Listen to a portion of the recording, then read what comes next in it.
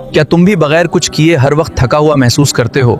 तो शायद तुम्हारा जिस्म नहीं बल्कि तुम्हारा दिल थक चुका है और उसे सुकून की तलाश है।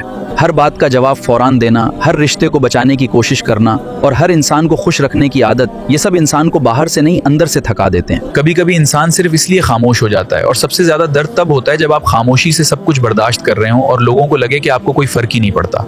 कभी कभी इंसान सिर्फ इसलिए खामोश हो जाता है क्योंकि वो अपने जज्बात समझाते समझाते थक जाता है। फिर एक वक्त ऐसा आता है जब इंसान लोगों से नहीं बल्कि खुद से दूर होने लगता है। कुछ लोग इतना दर्द छुपा लेते हैं कि एक वक्त के बाद उन्हें खुद भी समझ नहीं आता कि वो हकीकत में खुश हैं या सिर्फ जीने की अदाकारी कर रहे हैं। जिंदगी सुकून तब देती है जब आप हर किसी को खुश करना छोड़ देते हैं। असल में खुद को तरजीह देना ही जिंदगी का बेहतरीन फैसला होता है, उसी में ही सबसे ज्यादा सुकून पाया जाता है। और याद रखो, हर वक्त थका रहना कमजोरी नहीं, कभी कभी ये इस बात की निशानी होती है कि आपने बहुत कुछ अकेले बर्दाश्त किया है। जिंदगी में सब्र ही असल ताकत है।